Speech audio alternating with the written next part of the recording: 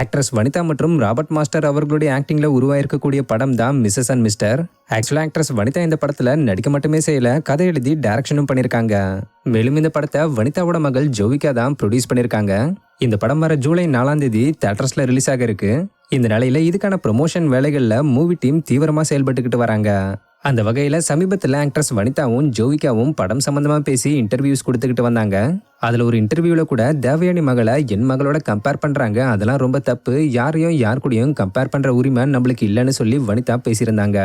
இது ஒரு பக்கம் இருக்க, இன்னொரு பக்கம் கொஞ்ச நாளைக்கு முன்னாடி ரிலீஸ் பண்ண இந்த படத்தோட ட்ரைலரோட எண்டிங்ல ஆக்ட்ரஸ் ஆர்த்தி வனிதா கிட்ட கோலமாவு கோகிலா படத்துல நயன்தாரா பவுடரை டப்பால கடத்துறால, அதே மாதிரி நம்ம ஹாஸ்பிட்டல்ல அதை கடத்துறோம்னு சொல்லி ஆக்ட்ரஸ் நயன்தாராவை உரிமையில பேசியிருந்தாங்க. அதுல நயன்தாரா பவுடர் டப்பால கடத்துறால. இந்த ஒரு விஷயத்த கவனிச்ச நயன்தாராவோட ஃபேன்ஸ் பலரும் எப்படிலாம் ஆக்ட்ரஸ் நயன்தாராவை அவன்னு மரியாதை இல்லாம இவங்க படத்துல பேசலாம்னு சொல்லி கேட்டுக்கிட்டு வந்துகிட்டு இருந்தாங்க. இந்த நிலையில ரீசெண்ட் இன்டர்வியூ ஒண்ணுல இதை பத்தி ஆங்கர் கேட்கவே அதுக்கு ஆக்ட்ரஸ் வனிதா ஆன்சர் பண்ணிருக்காங்க.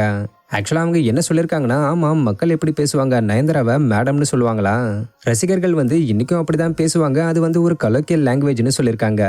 ஆக்சுவலா இது மூலமா அவங்க என்ன சொல்ல வந்திருக்காங்கன்னா, நாங்க மக்களா தான் படத்துல காட்டப்பட்டிருக்கோம், அதனாலதான் அப்படிப்பட்ட டயலாக் வந்திருக்குன்ற மாதிரி சொல்லிருக்காங்க.